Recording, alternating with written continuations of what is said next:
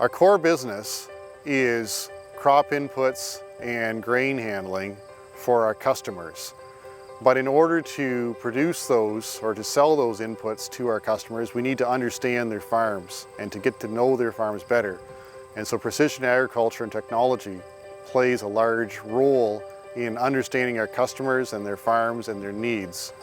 In order to help our farmers and customers innovate, one of the things that we have done over the past few years is to encourage our producers to put field computers in all of their machinery.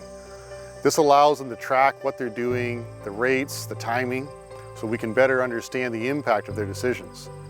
The next piece of the innovation is actually wireless connectivity. So we have one of the only Raven slingshot base stations, which allows for wireless transfer of information from all of our farmers' cabs right to our office. So there's no more going to fields and getting pictures and USB sticks. It all just comes automatically. And a lot of our farmers have chosen to take that a step further, and their equipment will wirelessly map all this on a tablet, where they can then analyze all of their decision making with us without ever having to touch the equipment. We started using precision ag technology to just reduce fatigue, which allows us to stay in the field longer. It allows us to monitor all of our inputs.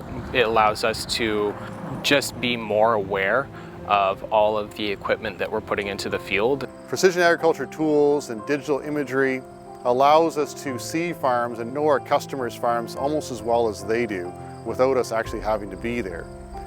And autonomous vehicles is the next step, the next evolution of precision agriculture. Our focus on innovation is optimizing our dollars spent on labor. So our focus on innovation has nothing to do with eliminating labor. It's saying, how can we get the most value out of our employees? And so what we're doing with our innovation is we're looking at what kind of tedious, repetitive, boring tasks that people don't really like to do. Can we automate those things? So that can be from automating our corn dryer, to automating our grain elevator functions, to automating our soil sampling, to automating our fertilizer spreading with a machine like this.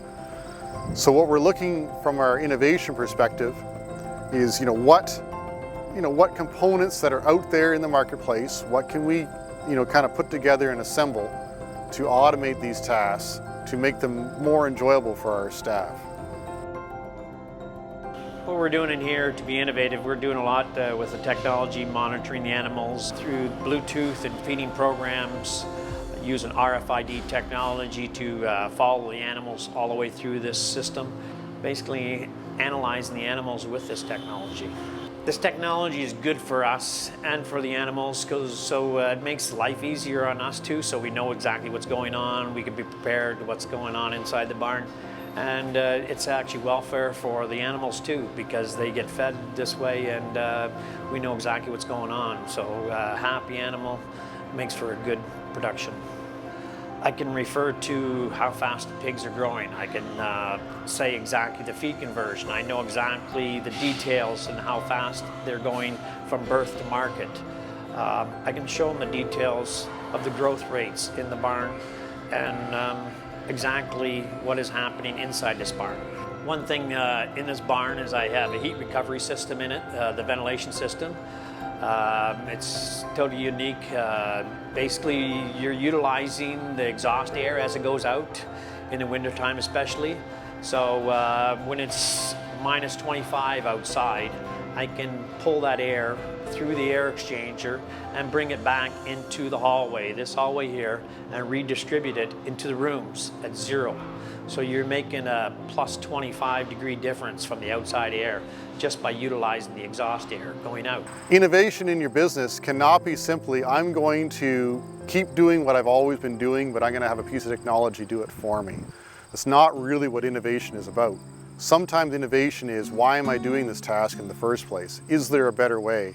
Can it be combined with another task? And so having that open-mindedness and that willingness to actually be willing to change what I'm doing, that can also be innovation. This farm, I think, has designed its day-to-day operations, protocols, processes to do what's best for the cow all the time. So the farm is not necessarily designed to be the most labor-friendly or the most, simple design, but what the ultimate goal has been here is to provide the best comfort for our animals and to then again see that in production. If you want to innovate and look for new ways, you need to network with people. You need to find the people who are working with that equipment specifically, whether it's your dealerships or it's other farmers. You need to be able to talk to other people about what they're doing on their operations. To be willing to have conversations with some of us who have already done it. I think there tends to be a level of secrecy between businesses which is actually hampering some of the adoption of innovation. And so being willing to have a conversation, to go out and look at it, but also to spend some time thinking about it in your operation and really understanding what you're trying to innovate on, and again, what that outcome is. And so having a group discussion with your employees, with other people that are part of your mentorship group, you're having that discussion about how your business operates can be very helpful in that innovation process and in that journey to say, where do I want to start and where do I want to end up? I'm listening to podcasts from around the world. I got about 7 different podcasts in this industry that I'm actually listening to, and it's amazing what you could pick up just by listening on a podcast. And I'm doing that while I'm working, so I'm being informed as I work. Yes, you can do what you've always done, and I'm sure that it'll work well, but to continue on into our sector, we need to be able to change how we do things. We always need to be open to new ideas. Any new product that comes out, or new system of cropping, or new system to help with the dairy cows, it's a no-brainer to go into that. The benefits of being innovative with the business is always to realize that opportunity for better management, or for increased production, or better employee retention, whatever it might be, and to try and to be ahead of the curve. It certainly can pay benefits on the other end. A lot of equipment and technology there's almost like stages. It's almost like a progression of technology. And so because we've been innovating right from the start, everything is like another increment. So we started with with basic auto steer and GPS, and then you move to your field computers, and then you move to your connectivity. It's not a giant leap to go from that to an autonomous vehicle. However, for some businesses, if you're starting from zero and you're trying to make the leap from zero to an autonomous vehicle, that's a large pill to swallow, and it's very hard to make that jump. And there's a lot of kind of business inertia that prevents that from happening, because you're so used to kind of where you're at. It's very hard to make that change. We have all the technology that you think you might have in your house. I probably have more in my barn. I eat and sleep in my house, but I live in my barn. When you have an environment that is this good, it makes it good all around, and you're here, you spend more time in this facility and enjoy it.